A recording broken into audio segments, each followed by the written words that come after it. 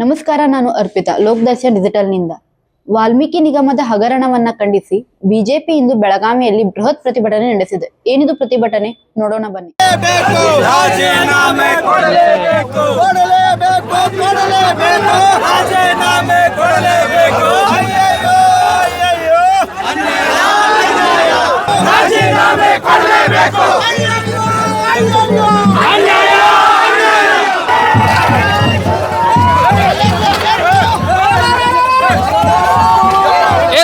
Camera sir रे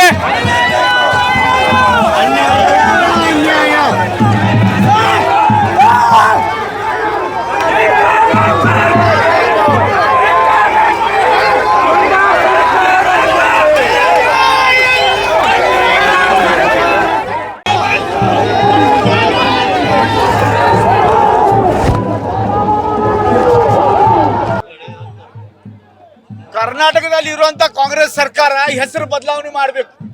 ಬತ್ಲೆ ಸರ್ಕಾರ ಅಂತ ಹೆಸರು ಇಡಬೇಕು. ಬತ್ಲೆ ನಿತ್ತಿನವ್ರಿಗೆ ನಾಚಿಕೆ ಇರೋದಿಲ್ಲ.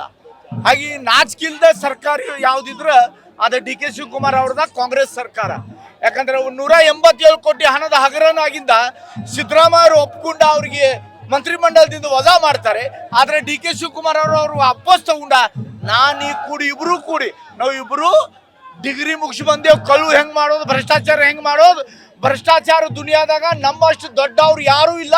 ಮತ್ತೆ ಇದು ರೆಕಾರ್ಡ್ ನಾವು ಕಾಯಂ ಇಡ್ಬೇಕಾದ್ರೆ ನೀ ಕೂಡಿ ಕರ್ನಾಟಕ ಲೂಟಿ ಮಾಡೋಣ ಅಂತ ವಿಚಾರ ಮಾಡಿ ಡಿ.ಕೆ. ಶಿವಕುಮಾರ್ ಅವರ ನಾಗೇಂದ್ರ ಅವ್ರಿಗೆ ಮಂತ್ರಿ ಮಾಡಿದ್ದಾರೆ. ಈಗಾಗಲೇ ನಮ್ಮ ಸುಭಾಷ್ ಪಾಟೀಲ್ ಹೇಳಂಗೆ ಇವನಿಗೆ ಕನಿಷ್ಠ ಇದ್ರ ಸ್ವಲ್ಪ ಧೈರ್ಯ ಇದ್ರ ಅವ್ರ ರಾಜೀನಾಮಾ ತಗೊಂಡು ತೋರಿಸ್ಬೇಕು. ಅವರ ಎಲ್ಲ ಇವ್ರದ್ದು ಕತೆ ಹೇಳ್ಬಿಡ್ತಾರೆ A to Z.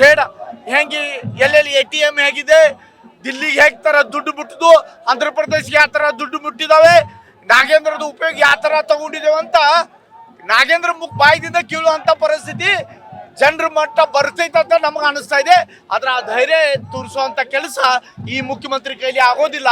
ಅದಕ್ಕೆ ಭಾರತೀಯ ಜನತಾ ಪಾರ್ಟಿ ನಾವೆಲ್ಲ ಕಾರ್ಯಕರ್ತರ ಈ ಹೋರಾಟಗ ಉಗ್ರ ರೂಪಕ್ಕೆ ಧಾರಣ ಕೊಡ್ಬೇಕಂತ ನಾವೆಲ್ಲರೂ ಕೂಡ ಎದಿ ತಟ್ಟಿ ನಿಂತಿದ್ದೀವಿ. ಮುಖ್ಯಮಂತ್ರಿ ಅವ್ರಿಗೆ ವಿನಂತಿ ಮಾಡ್ತೇವೆ, ನಿಮ್ಗೆ ಸ್ವಲ್ಪ ನಾಚಿಕೆ ನಿಮ್ಗೆ ಸಂಬಂಧ ಇಲ್ಲ.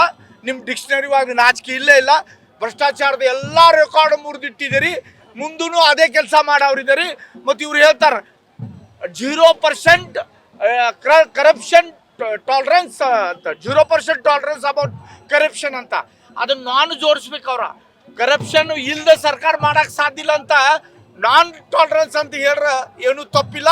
ಇವ್ರು ಕರಪ್ಷನ್ ಮಾಡವ್ರ, ಕರಪ್ಷನ್ ಇವ್ರದ್ದು ಉದ್ಯೋಗ ಅಂತ ಡಿ.ಕೆ. ಶಿವಕುಮಾರ್ ಅವ್ರ ನೇತೃತ್ವದಲ್ಲಿ ಕಾಂಗ್ರೆಸ್ ಸರ್ಕಾರ ಅದಕ್ಕೆ ಪಾಠ ಕಲಿಸ್ಬೇಕಾದ್ರೆ ನಾವೆಲ್ಲ ಜನರಿಗೆ ವಿನಂತಿ ಮಾಡ್ತೀವಿ, ನೀವು ಕೂಡ ಕೈ ಜೋಡಿಸ್ರಿ.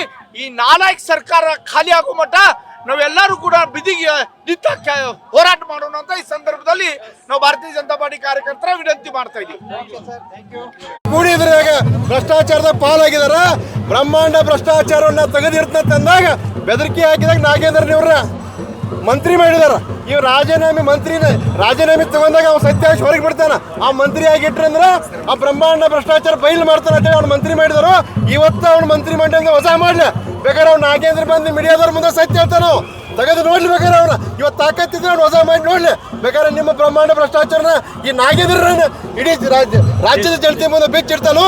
ಅದರ ಮುಖ್ಯಮಂತ್ರಿಗಳೊಂದು ಆಗ್ರಹ ಮಾಡ್ತೀವಿ, ಕೈ ಮೀರಿ ಹೋಗೋದ್ರೊಳಗನ ಬಿ ನಾಗೇಂದ್ರ ಅವ್ರ ಸಚಿವ ಸಂಪುಟದಿಂದ ವಜಾ ಮಾಡ್ರಿ. ಬಿ ನಾಗೇಂದ್ರ ಸಚಿವ ಸಂಪುಟದಿಂದ ಕಿತ್ತಾಕ್ರಿ. ಇಲ್ಲಾಂದ್ರೆ ನೈತಿಕವಾಗಿ ಬಿ ನಾಗೇಂದ್ರ ರಾಜೀನಾಮೆ ಕೊಡ್ಲಿ. ಇಲ್ಲಾಂದ್ರೆ ಹೋರಾಟದ ಹಳ್ಳಿಗೆ ಮನೆಗೆ ಮನಕ್ಕೆ ಹೋರಾಟವನ್ನು ಮುಟ್ಟಿಸ್ತೀವಿ ಅನ್ನುವಂಥ ಮಾತನ್ನ ಈ ಸಂದರ್ಭದಲ್ಲಿ ನಾವು ಹೇಳಕ್ಕೆ ಇಷ್ಟಪಡ್ತೀವಿ.